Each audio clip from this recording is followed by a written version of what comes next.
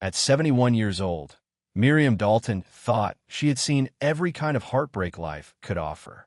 She had buried a husband, raised two children who called her their whole world, and spent 40 years pouring every ounce of herself into a family she believed would always be her safe harbor.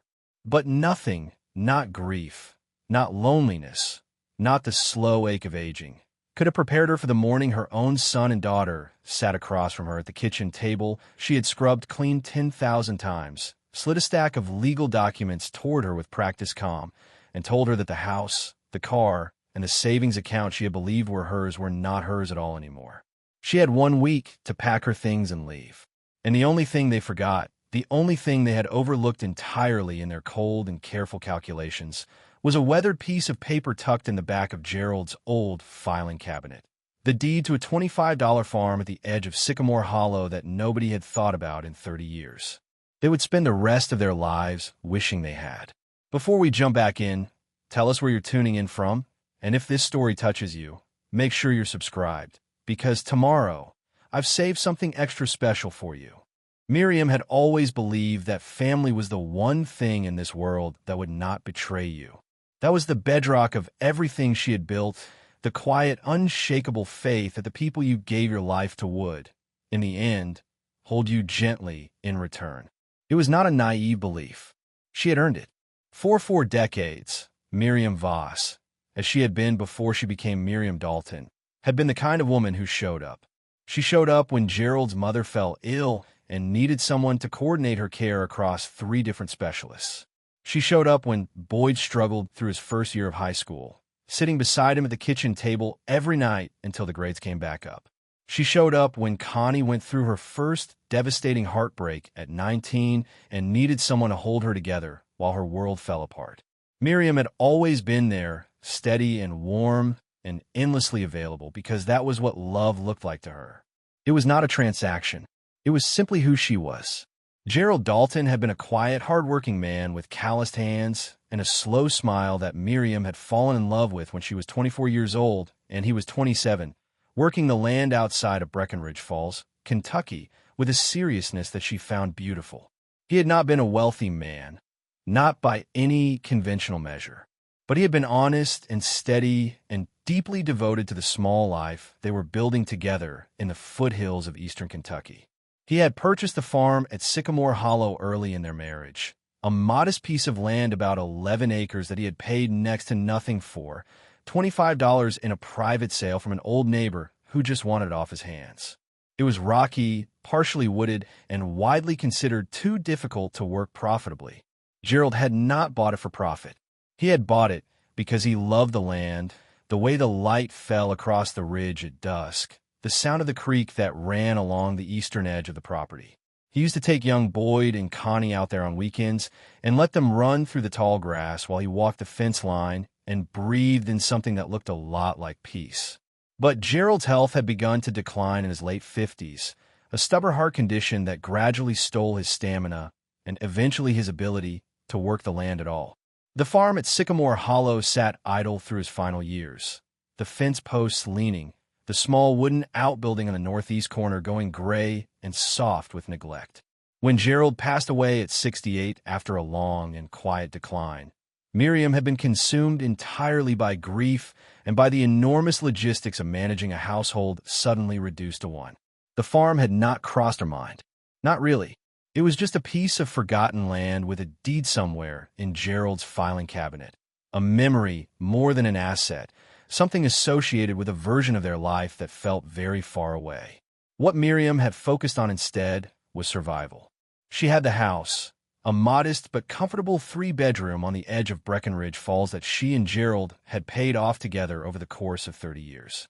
She had a modest savings account, carefully accumulated over decades of living frugally and planning ahead.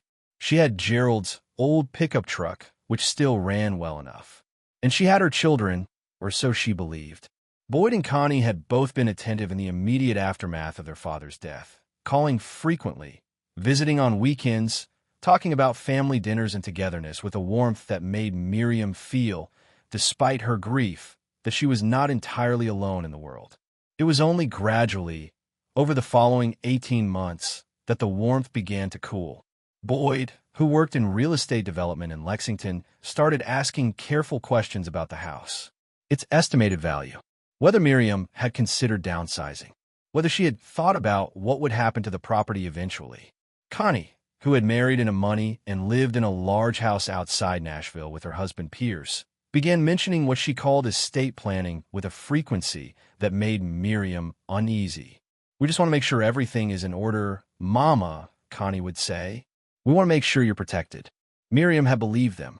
She had trusted them with the same reflexive, bone-deep faith she had always extended to the people she loved. She had signed the documents they brought her without reading every line, because they were her children, and she had never once imagined she needed to read the fine print on her own family. That was the mistake that would cost her everything, or nearly everything, because what Boyd and Connie had forgotten, what they had never once thought to look for in their father's old filing cabinet, was a single weathered sheet of paper that was about to change Miriam Dalton's life in ways none of them could have possibly predicted. Miriam Voss had been 24 years old when she walked into the Breckenridge Falls Public Library on a rainy Tuesday afternoon and met the woman who would change the entire direction of her life. Her name was Helen Marsh, the head librarian, a sharp and quietly formidable woman in her late 50s who had taken one look at Miriam's application for a part-time shelving position and asked her instead why she wasn't in school. Miriam had laughed, because it seemed like an absurd question. Her family didn't have money for school. She had graduated high school, worked 2 jobs since she was 17, and was doing her best to stay afloat in a town that didn't offer much in the way of opportunity for a young woman without connections or capital. Helen Marsh had not accepted that answer. She had slid a brochure across the reference desk for the Eastern Kentucky Horticultural and Agricultural Program at the community college in Harlan and told Miriam plainly that she had the kind of mind that needed to be put to use. Miriam had enrolled that fall. She had worked mornings at the diner on Route 9, evenings at the library, and spent every spare hour studying with a focus that surprised even her. She discovered that she loved plants with an intensity that felt almost embarrassing to admit out loud. Not just growing them, though she was good at that, but understanding them. The chemistry of soil, the biology of root systems, the relationship between elevation and drainage, and the particular temperament of different varieties of crops. She had a natural gift for it, a kind of intuitive understanding that her professors remarked upon frequently. By the time she was 26, she had completed her associate's degree in agricultural sciences and had been accepted into a full program in Lexington with a partial scholarship that she had applied for on her own, quietly, without telling anyone, because she had not wanted to get her hopes up. She had been preparing to accept the offer when she met Gerald Dalton at a church fundraiser in the late spring. He was tall and deliberate in his movements, the kind of man who listened more than he spoke and meant every word he said. They had talked for 3 hours that evening, mostly about land, about the specific challenges of working the hill country of eastern Kentucky, about what it meant to care for a piece of earth across generations. Miriam had felt something click into place in her chest that she did not entirely know how to name. They had been married 14 months later, a small ceremony at the church where they had first spoken, with wildflowers from Gerald's property arranged in mason jars along every pew. Miriam had deferred the Lexington program. Just for a year, she had told herself. Just until they were settled. But the year became 2, and then Boyd arrived in the summer of their 3rd year together. A healthy and furiously loud baby boy who consumed every available hour with a totality that Miriam had not anticipated. She had loved him fiercely and completely. But she had also felt, in the quieter moments of those early years, a persistent and uncomfortable awareness that the person she had been working so hard to become was being slowly and gently buried under the daily accumulation of someone else's needs. Gerald had never been cruel about it. He was not that kind of man. But he had come from a particular world, a world in which the division of labor between a husband and a wife was considered natural and fixed and not especially worth examining. He worked the land. She managed the home. It was not a conversation they ever explicitly had. It was simply the shape their life took, like water finding its level. And Miriam, who loved Gerald and who believed in the life they were building, had let the shape settle around her without fully realizing what she was giving up. Connie arrived 2 years after Boyd. Gerald's health complications began appearing not long after, subtle at first, then increasingly impossible to ignore. The farm at Sycamore Hollow, which had never been especially productive, became harder for Gerald to maintain. Miriam took over more and more of the physical work, tending the kitchen garden, managing the property around the house, coordinating Gerald's medical appointments, handling the household finances, cooking, cleaning, preserving food for winter, and doing all of it with a quiet competence that Gerald appreciated but rarely named out loud. Her agricultural textbooks went into a box in the bedroom closet. Her acceptance letter from Lexington yellowed in a folder she eventually stopped looking at. The scholarship she had been awarded expired unredeemed. The person she had been working toward becoming, Miriam Voss, agricultural scientist, someone with knowledge and expertise, and a contribution to make to the world beyond her own four walls, simply faded into the background of a life that was entirely organized around other people's needs. She did not resent it, not exactly. Or perhaps she had learned not to examine the resentment too closely, because examining it would have required her to confront choices she could not undo. Gerald had been a good man. He had worked hard and loved his family and done his best. Their life had been modest, but filled with real moments of tenderness and connection. Miriam had told herself for decades that it was enough, that being needed was the same as being valued, that the invisible labor of keeping a family intact counted for something, even if no one ever said so out loud.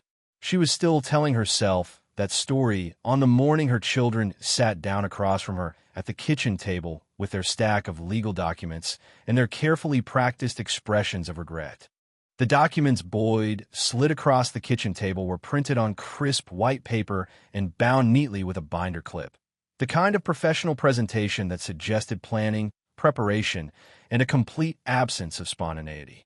This had not been an impulsive decision.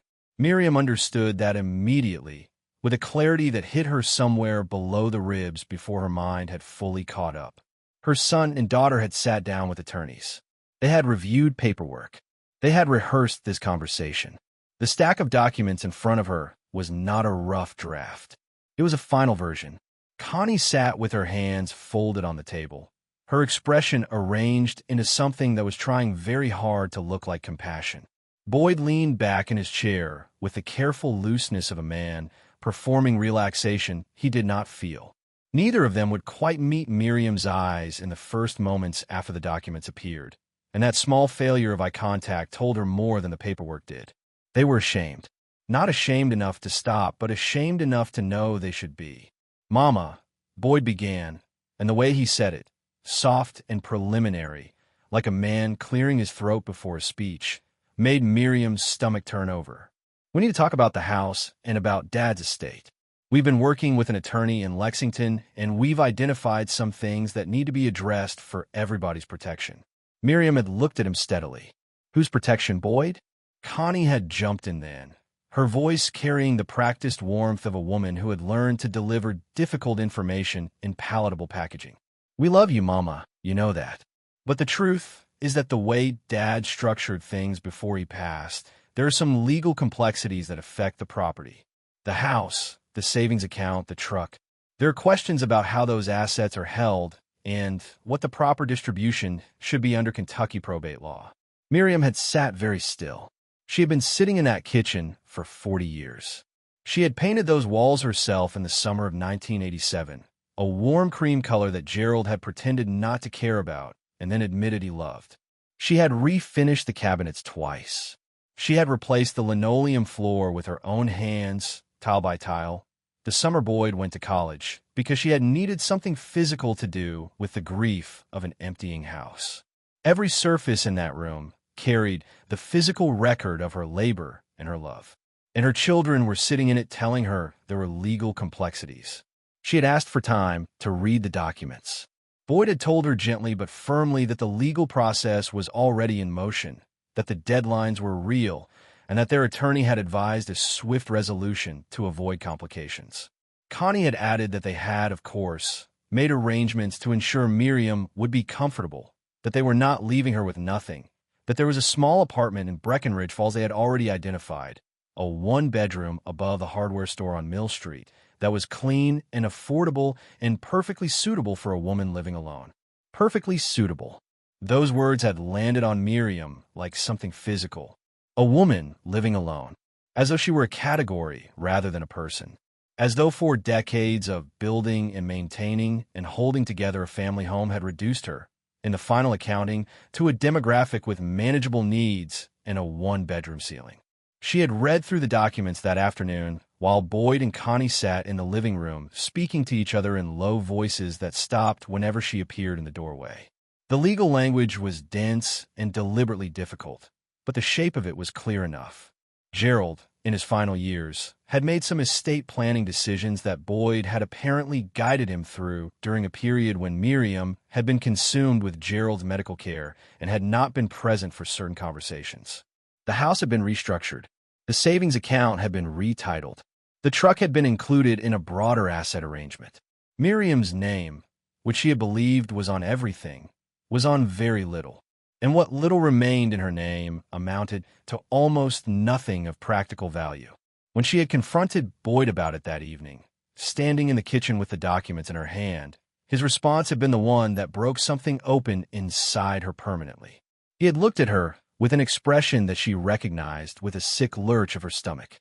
It was the same expression Robert Carter had worn in the story she had never lived but somehow always feared. The expression of a person who has already decided you are not worth the energy of a genuine explanation. "You didn't work, Mama," Boyd said simply. "Dad built everything. We're just making sure it's handled correctly. You'll be fine in the apartment.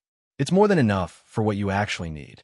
Connie had at least looked uncomfortable, but she had not disagreed.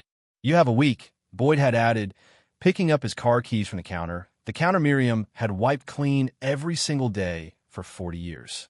"We'll help you pack if you need it. But the new owners want to do a walkthrough by Friday." New owners. The house had already been sold. Before the conversation had even happened, before Miriam had been told, before she had been given any choice at all, her home had been transferred to strangers. Her children had sold the place she had built her entire life inside and had given her 1 week in a one-bedroom apartment above a hardware store as the full sum of what her 40 years were worth. Miriam had not cried that night. She had sat in Gerald's old armchair in the living room until the house went completely dark around her and thought about a weathered filing cabinet in the back bedroom that nobody had bothered to go through yet. The filing cabinet had 3 drawers, all of them stiff with age and humidity, the metal handles worn smooth from years of Gerald's hands, pulling them open and pushing them shut. Miriam had gone through it the night after Boyd and Connie left, working by the light of the small lamp on Gerald's old desk, moving slowly and methodically through folders of tax records and insurance documents and utility receipts going back 20 years. Gerald had been a keeper of things. He had believed that paper mattered, that documentation was a form of respect for the life you were living. And so he had filed and labeled and organized with a quiet thoroughness that Miriam had always found both endearing and slightly excessive. She had teased him about it more than once. She was not teasing now. She was searching. She found a deed in the 3rd drawer, near the back, inside a manila folder labeled simply Sycamore in Gerald's careful block lettering. It was a single sheet of paper, yellowed at the edges and soft with age, the kind of document that looked like it belonged in a different century, because it very nearly did. The original sale had been recorded in 1981. Gerald Dalton, buyer. 11.3 acres in the unincorporated area of Sycamore Hollow, outside Breckenridge Falls, Kentucky. Purchase price, $25. The notary stamp was faded but legible. The signatures were clear. Miriam had sat at Gerald's desk for a long time holding that piece of paper. Boyd and Connie had gone through Gerald's estate with attorneys and spreadsheets and a thoroughness that had been devastating in its efficiency. But they had not gone through the filing cabinet. They had not looked for the Sycamore folder. They had not thought about the land at Sycamore Hollow at all, because it had never appeared on any financial statement, had never generated any income, had never been mentioned in any conversation about assets or value or distribution. It was 11 acres of rocky hill country that nobody wanted, purchased for $25 40 years ago by a man who had loved the way the light fell across the ridge at dusk. It was not an asset, it was a memory, and so they had left it behind without a second thought. It was all Miriam had. And on a gray Thursday morning 1 week after her children had handed her a stack of documents in a one-bedroom apartment above a hardware store, she loaded the back of a borrowed pickup truck with everything that would fit, drove past the house on her way out of Breckenridge Falls without stopping, and turned onto the county road that led towards Sycamore Hollow. She had not been out to the property in years. Gerald had stopped making the trip when his health deteriorated, and Miriam had been too consumed with his care to go alone.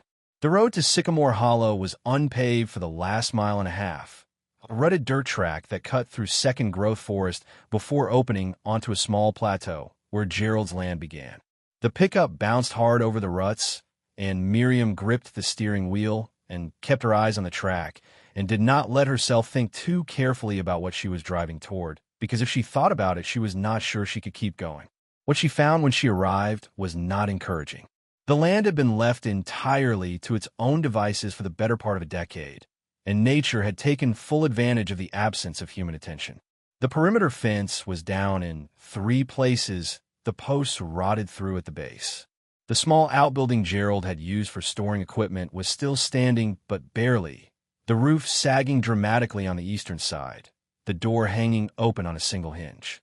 The clearing where Gerald had once kept a small kitchen garden was completely overtaken by invasive brush, thick and tangled and assertive in the way that wild things become when they have been left alone long enough to forget they were ever managed. There was no house on the property. There had never been a house. Gerald had always spoken vaguely about building something eventually, a small cabin, nothing elaborate, just enough to make the land habitable. Eventually had never arrived. What there was instead was a flat area near the center of the property, partially sheltered by a stand of mature oak trees, where Gerald had sometimes set up a camp when he spent weekends out here in the earlier years. Miriam had not thought through, not fully, what arriving at Sycamore Hollow actually meant in practical terms. She had thought about the deed. She had thought about the fact that this land was hers and could not be taken from her. She had not thought carefully enough about the fact that there was nowhere to sleep. She sat in the borrowed pickup for a long time after the engine went quiet, looking out through the dusty windshield at the overgrown clearing and the sagging outbuilding and the fence posts leaning at their defeated angles, and felt the full weight of her situation settle over her like something physical. She was 71 years old. She had no house. She had no car of her own. She had a small amount of money left in a personal checking account that Boyd had apparently not known about, enough to last perhaps 18 months if she was extremely careful. She had 11 acres of neglected hill country, a broken-down outbuilding, and no plan whatsoever. She pressed her forehead against the steering wheel and breathed slowly and let herself feel all of it without flinching. The grief, the rage, the profound and humiliating disbelief that the people she had given 40 years of her life to had looked at everything she had built and decided it was worth a one-bedroom apartment above a hardware store. Then she heard her late husband's voice in her memory, quiet and unhurried the way Gerald had always been. "You know this land, Miri. You've always known this land better than I did. You just never had the space to prove it." She lifted her head. She got out of the truck, and she started walking the fence line. The first thing Miriam did was walk every inch of the 11.3 acres.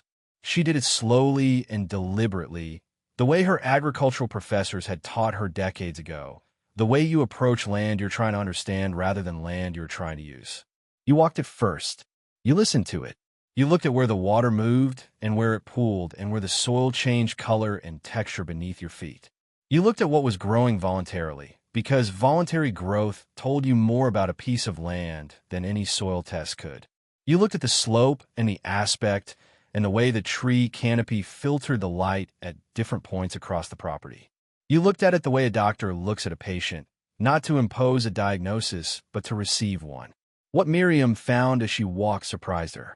The land at Sycamore Hollow was not, as it had always been described by everyone who had ever mentioned it, simply rocky and difficult and marginal.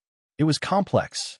The eastern third of the property, where the creek ran along the boundary, had deep and genuinely rich alluvial soil, the kind of dark, moisture-retentive earth that farmers in the flatlands would have paid considerably for. The slope on the southern face caught sun from mid-morning through late afternoon, a natural orientation that was nearly ideal for certain kinds of cultivation. The rocky sections that everyone had always pointed to as evidence of the land's limitations were concentrated in the northern quarter, and even there the rock was largely surface limestone over workable substrate. Somebody who knew what they were looking at would have seen potential here. Everybody who had ever looked at this land had not known what they were looking at. Miriam did. The knowledge came back to her the way her nursing instincts had come back to Lori Carter in another story, in another life, another woman's hands finding a pulse after 30 years away. It was not retrieved from some distant archive. It was simply there, underneath everything, patient and intact, waiting for the conditions that would allow it to surface. Miriam walked the land and felt her agricultural education reawakening in her body like circulation returning to a limb that had fallen asleep. She found herself reading the topography instinctively, calculating drainage patterns, estimating sun exposure, noting the volunteer plants with a recognition that felt almost like greeting old friends. Wild black raspberry along the creek edge. Ramps in the shaded north section. What looked very much like a naturalized population of golden seal, spreading quietly through the understory of the oak grove near the center of the property. She stopped when she reached the golden seal. She crouched down and looked at it carefully, her heart rate picking up in a way that had nothing to do with the physical exertion of walking. Golden seal, Hydrastis canadensis, was a native woodland medicinal herb that had been so aggressively wildcrafted across Appalachia over the previous century that natural populations have become genuinely rare. It was listed as a species of conservation concern in Kentucky. It was also, in the current herbal and natural medicine market, worth considerably more per pound than most conventional agricultural crops. A healthy naturalized population of golden seal on 11 acres of eastern Kentucky hill country was not a curiosity. It was potentially a significant asset. But Miriam did not let herself get carried away. Not yet. She had learned enough in her life about the distance between potential and reality to approach both with equal caution. Instead, she went back to the outbuilding and assessed it with the same methodical attention she had given the land. The structure was more salvageable than it had looked from a distance. The framing was still sound. The roof needed substantial work on the eastern side, but the western portion was intact. The floor was packed earth, but level and dry. With real sustained physical work, it could be made habitable enough to shelter in while she figured out the next steps. She spent the first 3 nights in the cab of the borrowed pickup truck, wrapped in the blankets she had thought to bring, waking stiff and cold in the early mornings and going immediately to work because movement was the only thing that kept the despair from settling in permanently. She cleared brush. She res-tacked the fallen fence posts to get a sense of what materials she would need to reset them. She cleaned out the outbuilding, hauling decades of accumulated debris into a pile at the edge of the clearing. She worked until her body ached in ways she had not felt in years and fell asleep each night before she had the energy to cry. It was on the 4th day that she met Hazel Pruitt. Hazel was 67 years old, small and weathered, and possessed of an energy that seemed to operate on a different frequency than ordinary human metabolism. She appeared at the edge of the property on a Tuesday morning driving a mud-spattered ATV, announced herself as the owner of the adjacent 40 acres to the north, and handed Miriam a container of beef stew and a blunt assessment of the outbuilding's roof situation, without pausing for pleasantries in between. "You're going to need tin," Hazel said, squinting up at the sagging eastern section, "and someone who knows how to hang it. My neighbor Gus Mercer does good work. I can call him if you want." Miriam had looked at this small, decisive woman with her container of stew and her complete absence of pity and felt something loosen in her chest that had been knotted tight for weeks. Not everyone in the world, it turned out, looked at a 71-year-old woman alone on a piece of neglected land and saw someone to feel sorry for. Some people looked and saw someone who was simply working and offered the only thing that actually mattered in that situation. Something useful. "Thank you," Miriam said. I'd appreciate that very much. Gus Mercer arrived 2 days after Hazel's visit, driving a work truck with ladders strapped to the roof rack and a toolbox in the bed that had clearly been used hard and maintained carefully over many years. He was 64 years old, lean and deliberate in his movements, with the kind of unhurried competence that comes not from confidence alone, but from decades of doing physical work honestly and well. He assessed the outbuilding roof in about 4 minutes, gave Miriam a straightforward estimate that she could afford if she was careful with her remaining money, and asked no questions about why she was living on an undeveloped piece of hill country with no running water and no visible plan.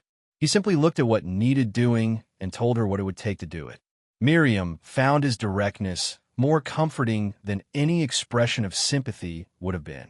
While Gus worked on the roof over the following 3 days, Miriam worked alongside him where she could and used the remaining hours to begin the research she had been turning over in her mind since she had found the golden seal.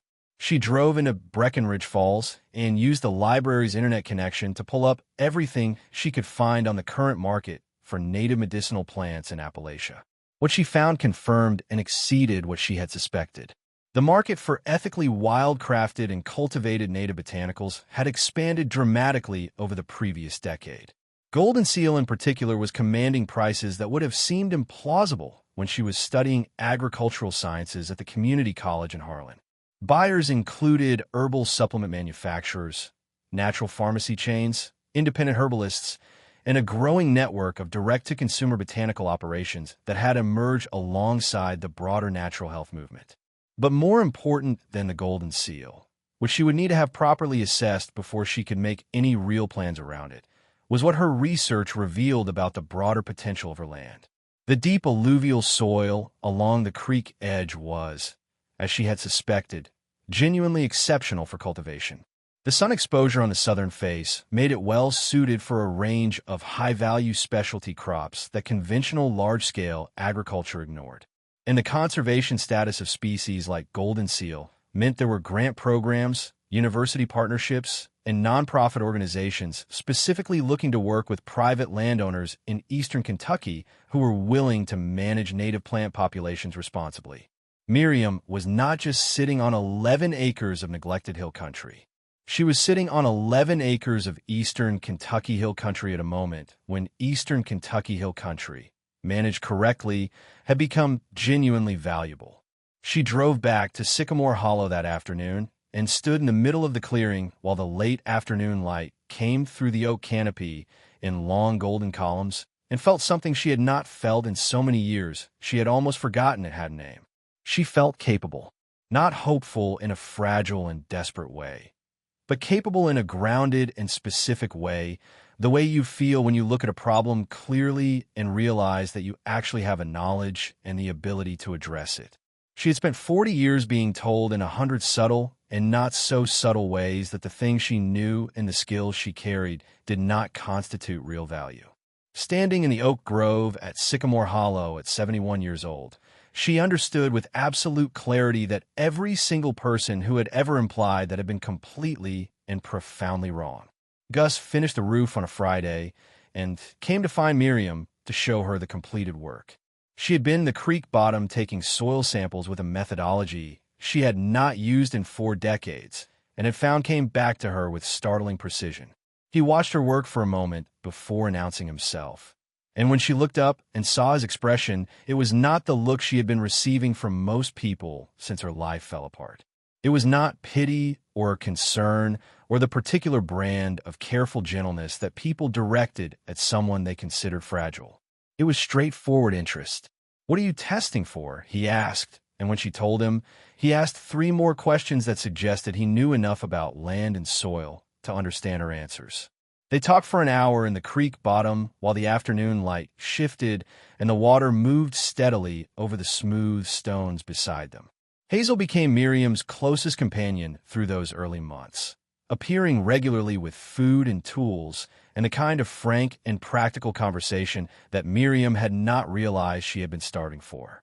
Hazel had lived alone on her 40 acres for 12 years since her own husband passed, had built a small but sustainable operation growing specialty mushrooms and native plants that she sold to restaurants and herbalists across the region, and had opinions about soil management and market strategy that were both deeply informed and entertainingly blunt. She introduced Miriam to a network of women across eastern Kentucky who were doing similar work, quietly and largely invisibly, building small agricultural enterprises on marginal land that the broader world had written off as worthless. 6 months after arriving at Sycamore Hollow, Miriam had the outbuilding fully converted into a livable one-room dwelling with a wood stove, a proper bed, and a small kitchen setup. She had submitted a formal assessment request to the University of Kentucky's Native Plant Conservation Program regarding the golden seal population. She had begun cultivating the creek bottom soil in earnest, starting with ramps and black cohosh and several varieties of native medicinal herbs with established markets and manageable cultivation requirements. She had applied for 2 small grants through a regional agricultural development organization and had been awarded one of them. And Gus Mercer had asked her one evening, while they sat on the outbuilding's newly repaired step watching the last light leave the ridge, whether she might want to have dinner with him sometime. Not as neighbors, he had said quietly, as something more than that, if she was open to it. Miriam had looked at this man who had fixed her roof without asking unnecessary questions and talked to her about soil like she was someone worth talking to, and said yes without hesitating. Boyd Dalton's real estate development business in Lexington had always depended, more than he ever openly acknowledged, on a particular kind of momentum, the momentum of appearing successful. In real estate development, perception and reality were so thoroughly intertwined that the appearance of success functioned almost like capital itself. Investors backed people who looked like they were winning. Banks extended favorable terms to developers whose projects seemed to be moving confidently forward. Partners aligned themselves with operators who projected certainty and control. Boyd had spent 15 years cultivating exactly that projection, and for a long time, it had worked well enough that the gap between the appearance and the underlying reality had not mattered. But gaps have a tendency to widen when the conditions that were concealing them change. The first condition to change was the money from Miriam's house. Boyd had structured the sale quickly and had received his share of the proceeds within weeks of Miriam's departure. He had told himself and Connie that the funds would be used responsibly, invested in the development project he had been trying to capitalize for 18 months, a mixed-use residential and commercial complex on the eastern edge of Lexington that he had been describing to investors as a transformative opportunity. What he had not told Connie, and what became apparent only gradually over the following months, was that the project had already been in serious trouble before the money arrived. Zoning complications he had downplayed. Cost overruns he had not disclosed. A lead investor who had quietly reduced his commitment months earlier and whose withdrawal Boyd had been concealing with accounting that did not bear close examination. The money from the house sale bought Boyd approximately 4 months of additional runway. It papered over the gaps just long enough for the project to reach a more advanced stage of collapse before the full extent of the problems became impossible to hide. When the Lexington development finally fell apart in the late spring, it did so publicly and comprehensively, the kind of failure that generated a brief but pointed article in the local business journal and resulted in 3 separate investor complaints filed with the State Real Estate Commission. Boyd lost his development license pending investigation. He lost 2 additional projects that had been in early stages when word spread. He lost the carefully maintained appearance of success that had been the actual engine of his career.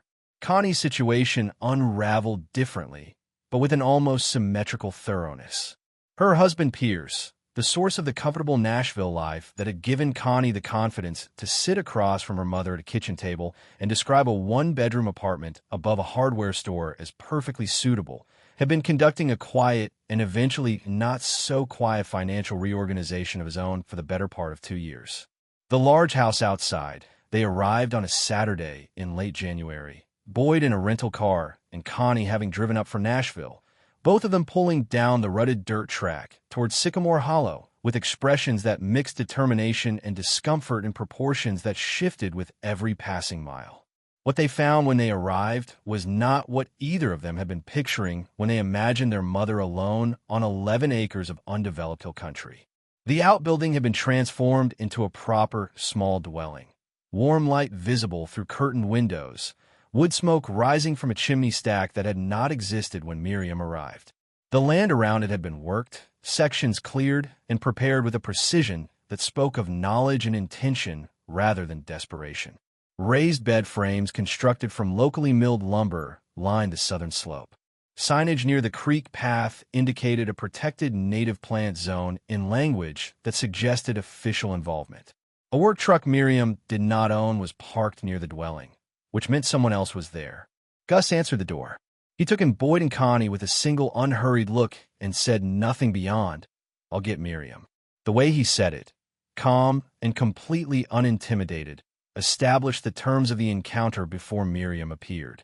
When she came to the door, she looked at her children with an expression that was worse than anger. It was recognition, the clear-eyed, fully informed recognition of a woman who understood exactly what she was seeing and had already decided how she felt about it. She stepped onto the porch and pulled the door partly closed behind her, and the gesture was not accidental. It was a boundary drawn quietly but without ambiguity. Boyd spoke first, his voice attempting a warmth that kept slipping. "Mama, we heard about what you've been building out here.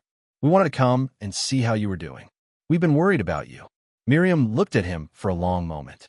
"You've been reading about the Golden Seal Partnership," she said. It was not a question. Connie stepped forward. "We made mistakes, Mama. We know that now. We handled things poorly, and we want to make it right. Whatever claim we have on this property, we're willing to discuss something fair. We're family." Miriam was quiet for long enough that the silence became uncomfortable. Then she said, simply and without heat, "You don't have a claim on this property. This land was never part of Gerald's estate as you structured it. It was in my name alone on a deed that predated any of your legal arrangements. Your attorneys missed it because you didn't look carefully enough and because you assumed that something worth $25 wasn't worth looking for. That was your mistake to make, and you made it." Boyd's jaw tightened. "We could contest that. There are legal avenues we haven't explored."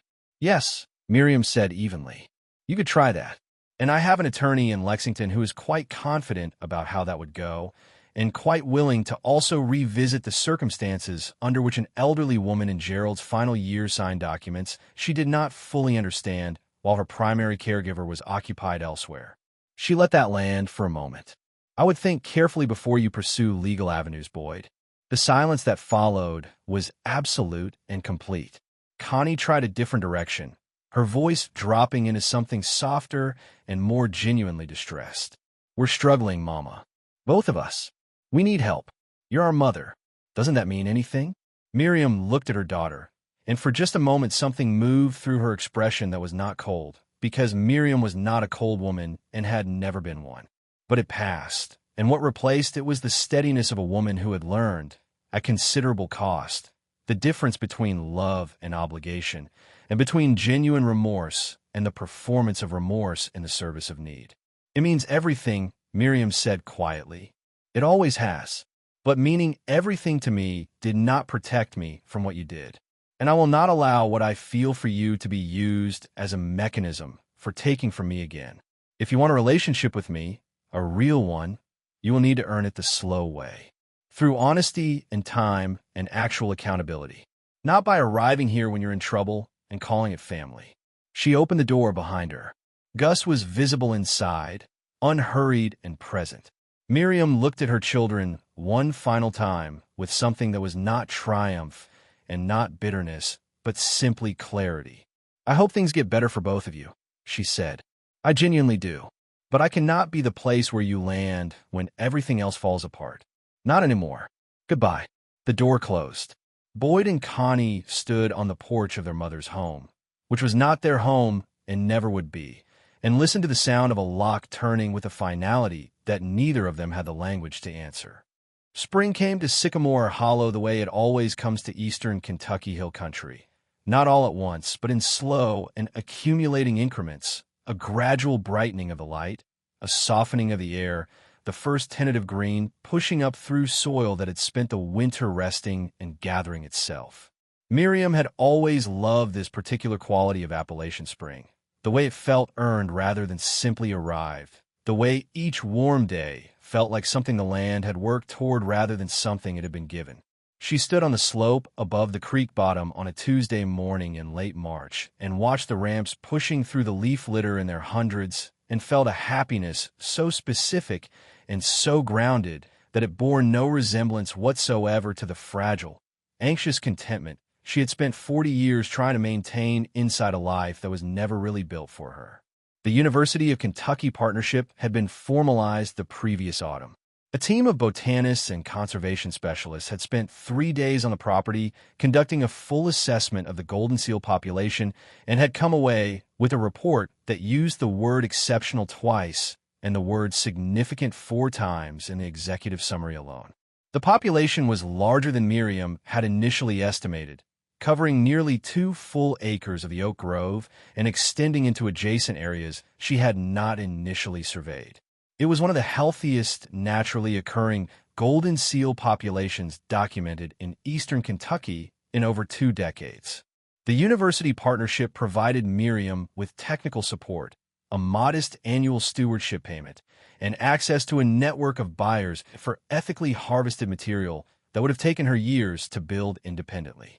Preparing and narrating this story took us a lot of time. So if you're enjoying it, subscribe to our channel. It means a lot to us. Now back to the story. Gus had moved his tools into the small workshop he had built at the northern edge of the property over the summer, a practical arrangement that had become something more as the months passed and the boundary between his life and Miriam's continued to dissolve in the way that boundaries do when 2 people stop defending them. He had not moved in with any fanfare or formal declaration. He had simply been there more and more until the idea of him not being there had become genuinely difficult to imagine. He brought steadiness and skill and a quality of attention that Miriam had spent 40 years not knowing she was missing. He listened when she talked about the land with the focused engagement of someone who found what she was saying genuinely interesting. He asked questions that revealed how carefully he had been paying attention to everything she had told him before. He was proud of her work in a way that was uncomplicated and completely without agenda, the pride of someone who simply wanted the person beside them to thrive. Hazel had declared the 2 of them officially insufferable in the best possible way at a community dinner in Breckenridge Falls the previous November, which had made Miriam laugh harder than she had laughed in years. The community dinners had become a regular feature of her life, a monthly gathering at the Breckenridge Falls Community Hall that Miriam had initially attended reluctantly and had gradually become one of the organizing forces behind. She had started a small informal workshop series on native plant cultivation that drew participants from 4 surrounding counties. She had become, without entirely meaning to, a person that people in the region knew about and sought out, not because of who she was married to or whose mother she was or what domestic function she performed for someone else's comfort, but because of what she knew and what she had built and what she was willing to share. Dorothy Fletcher's equivalent in Miriam's story was a woman named June Castillo, 68 years old, who had arrived at Sycamore Hollow one afternoon in the early summer with a question about a rash on her forearm that turned out to be a straightforward contact dermatitis from invasive parsnip. Miriam had identified it immediately from her agricultural knowledge, recommended the appropriate treatment, and spent an hour talking with June about what plants on her own property might be causing recurring skin issues. June had come back the following week with her neighbor, and her neighbor had come back the week after that with 2 questions and a bag of vegetables from her garden.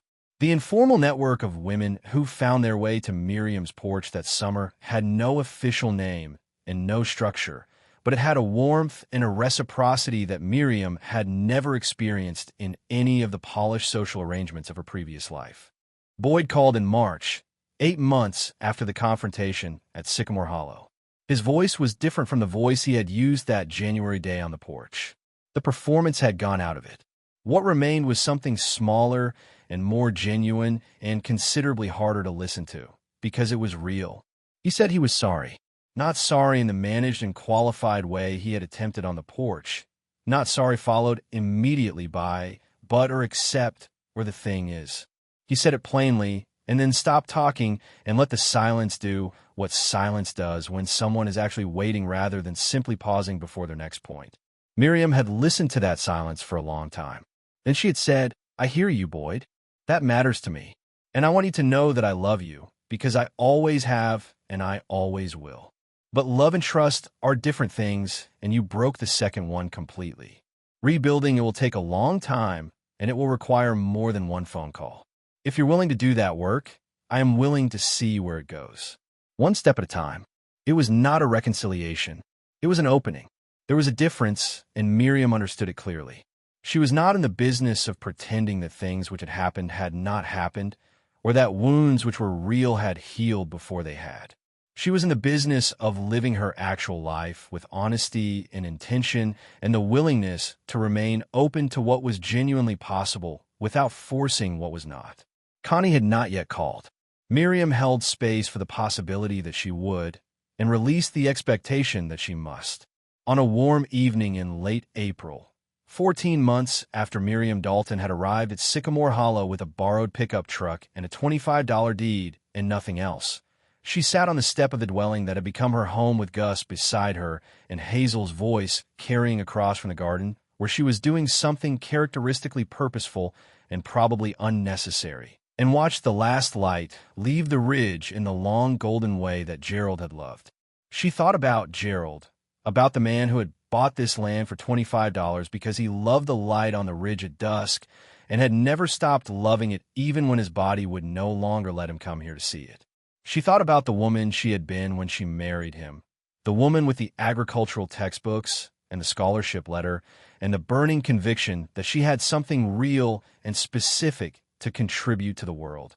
She thought about the 40 years between that woman and this one, all the accumulated weight of a life spent making herself small enough to fit inside someone else's idea of what she should be. If you have ever poured 40 years into a life that someone else decided was worth nothing, if you have ever watched the people you trusted most treat your sacrifice as an inconvenience, if you have ever been handed the smallest, most overlooked thing and been told it was enough, and then discovered that the smallest, most overlooked thing was the only thing you actually needed, this story is for you. Because what Miriam Dalton found at Sycamore Hollow was not just a piece of land. She found the proof that everything taken from you can be survived. That knowledge earned through love and labor and genuine attention to the world does not expire. That being underestimated by the people who should have known your worth is devastating and survivable, and sometimes, in the strange and ruthless mathematics of real life, the very condition that sets you free to become who you were always meant to be. Leave one word in the comments that describes how you feel watching someone reclaim what was always theirs. Because together, we are building a community that understands something essential and true. That worth is not assigned by the people who claim to own you. That the land no one wanted can become the foundation of everything. That it is never, under any circumstances, too late to bloom. Share this story with someone who needs to hear that what was taken from you was never the measure of what you are worth. Welcome to our family of late bloomers. We're just getting started. Up next, you've got 2 more standout stories right on your screen. If this one hit the mark, you won't want to pass these up. Just click and check them out.